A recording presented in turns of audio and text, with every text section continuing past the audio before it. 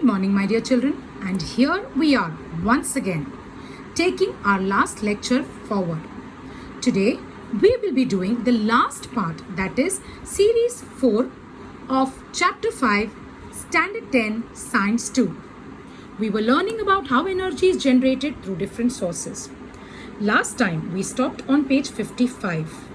This time we will continue from the lower part of page 55. At the center of the page, there's a question which is called as, what is lake tapping, why it takes place?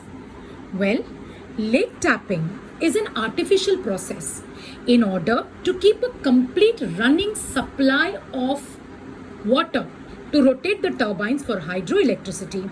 We are going to burst open the bottom of the lake and make the water flow into the tunnel which has been created by us artificially, so that the water supply is constant.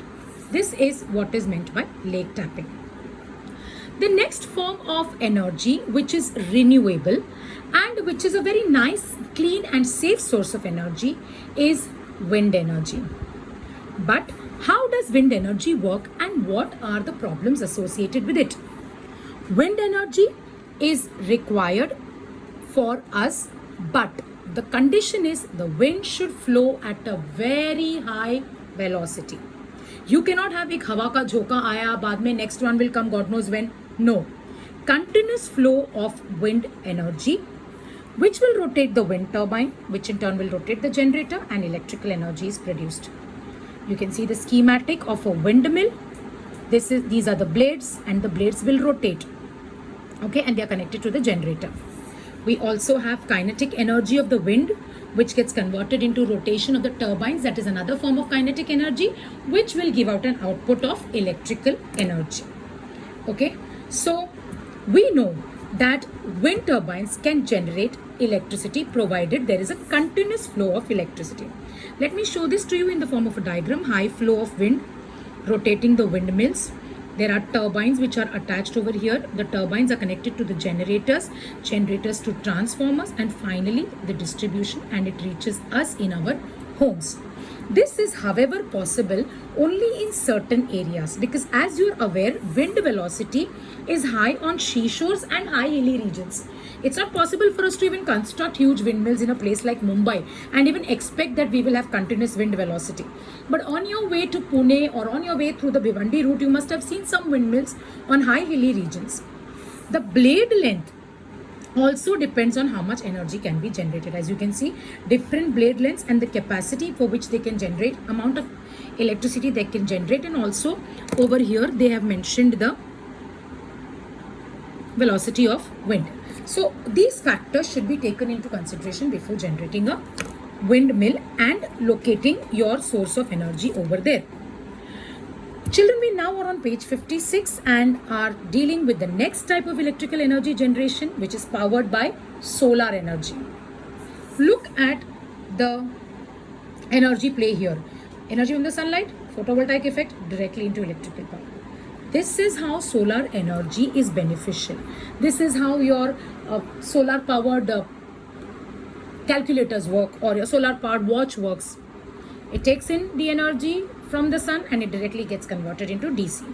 However, our home electricity will not work like this. There is certain else things that come into the play. There are two ways in which we can generate the electricity. One is we run the electric generator by using some source of energy and making use of electromagnetic induction. So this is from the solar radiation without using generator and without using the principle of electromagnetic induction. That is direct method. As you can see over here, the direct method. The second method is we use the solar energy to create thermal energy. That thermal energy then rotates turbines, generators, and electricity is generated. But to understand this concept, whether it is solar energy generated thermal, converted into thermal, or direct solar energy, the play here is done by the solar photovoltaic cell. Now, what is a solar photovoltaic cell? It is primarily made up of very important silicon solar cells. These silicon solar cells flow in a circuit and they will conduct electricity. Rays of the sunlight fall, they hit the solar panel, causing a reaction inside the cell, and direct electricity is generated. What is a solar panel? this is how it works. Energy from the sunlight falls here. It is taken to an inverter. From the inverter, it is taken to the meter. Over here, there is solar energy.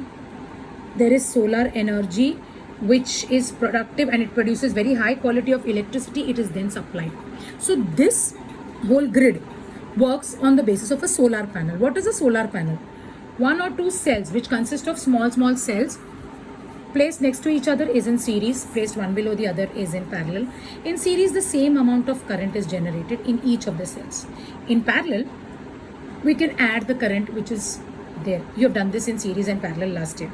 So what exactly happens? I can make a solar panel by adding different cells and keeping them in parallel mode with each other.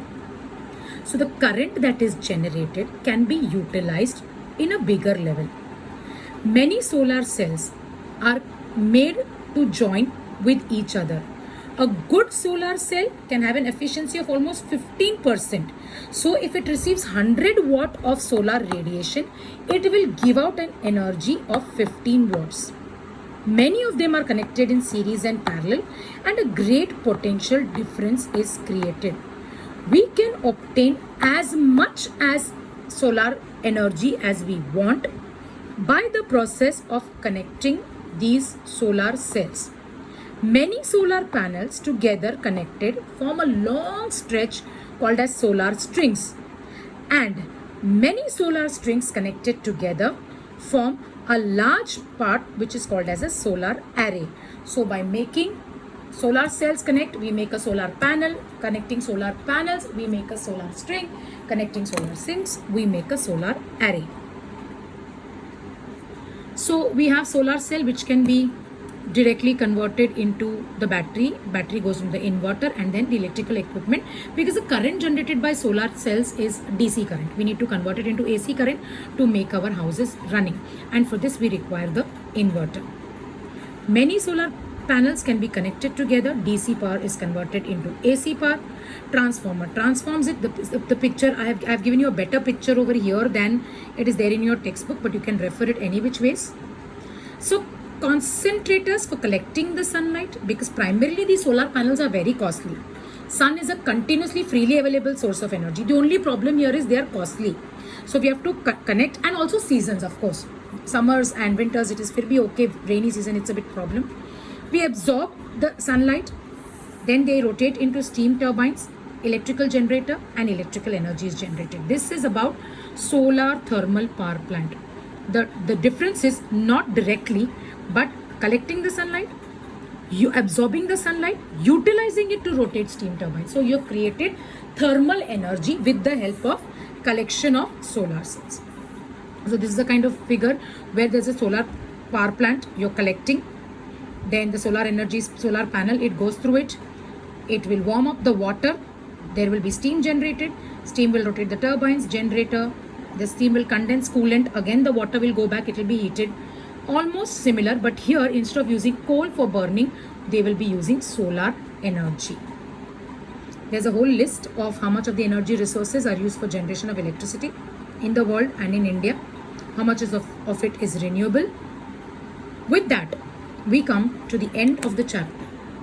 The PDF notes also will be provided to you, and soon there will be a question paper also coming your way. Thank you. We will now begin the next series with chapter 1. Till then, see you.